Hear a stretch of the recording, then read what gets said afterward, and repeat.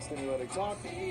My name is Lee Elson. Thanks for joining the show. As always, the normal Tuesday show is kind of put on hold for now. We're talking to Vietnam veterans, combat veterans here in the studio about their trials, their tribulations, their stories from Vietnam. In the studio with us right now, Dave Bogle, and I made a mistake. So Dave, his nickname is the Sniper, but he wasn't a sniper. So what were you in Vietnam? I was a radio operator, RTL 05 Boo, I guess is what. So you're a radar. No, but you're radar. Radar O'Reilly. Radio. No, yeah. All right, so you're a radio. Okay, so yeah. give me. Well, how do you get into that? How does somebody?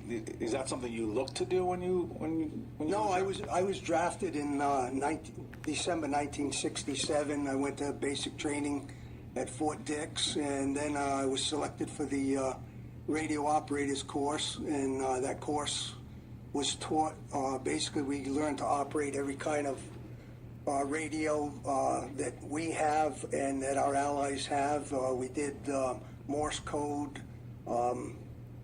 soup to nuts.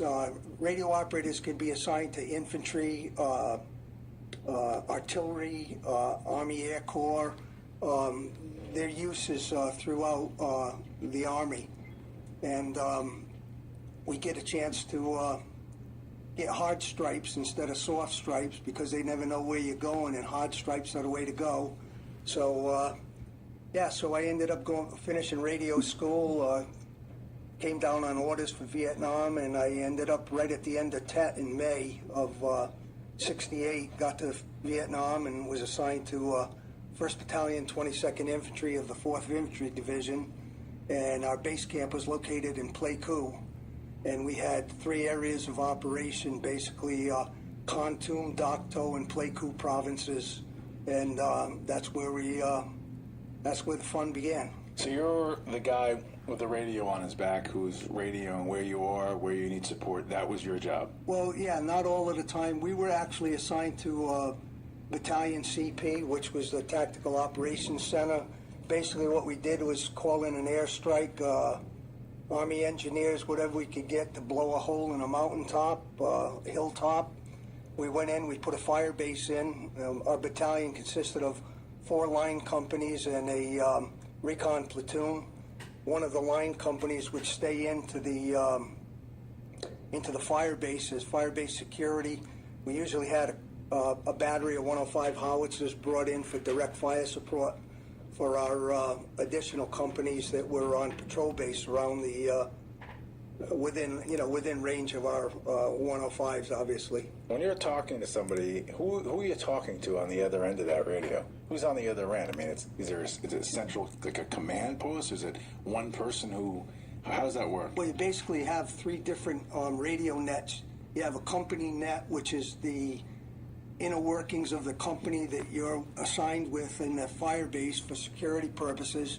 You have a battalion frequency, which is a frequency that you can contact any of your units in your outfit. And then you have a brigade frequency, which is kind of the upper level, and brigade is your boss. Right. So you get I'm assuming that just like these other gentlemen, just like Art, you're out in the jungle, going place to place. Give me a story. Most of the time, like I said, most of the time we were assigned to a fire base. We set up they call it Tactical Operations Center. That consisted of our infantry, our red legs, which is artillery, and we had forward observers embedded in our outfit that would be the go-between between the infantry and our guns that were firing support. We had a myriad of duties. We dealt with the people in the patrol bases. They needed fire direction support or mortar support. Worst call, of course, was for wounded in action. Right. Medevac support. Is it true they go for the radio guys first? That's what I'm told. Yeah. I'm serious.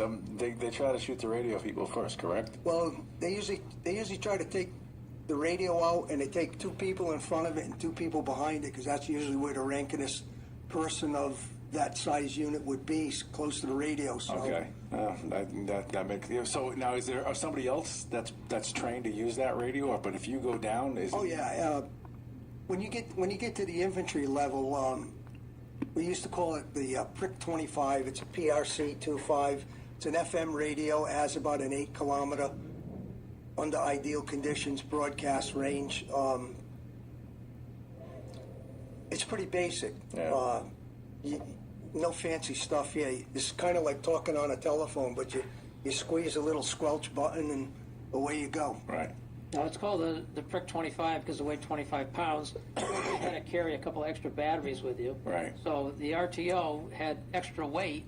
He didn't. I don't think you usually carried a lot of ammo with you, though, right? Because you had this radio. Well, we had to carry, it was Division SOP to carry a minimum of 300 rounds in clips. Okay.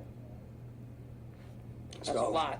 Plus, then when they came out with they came out with an X mode, they called it, where you could actually talk in the plane and it would scramble it.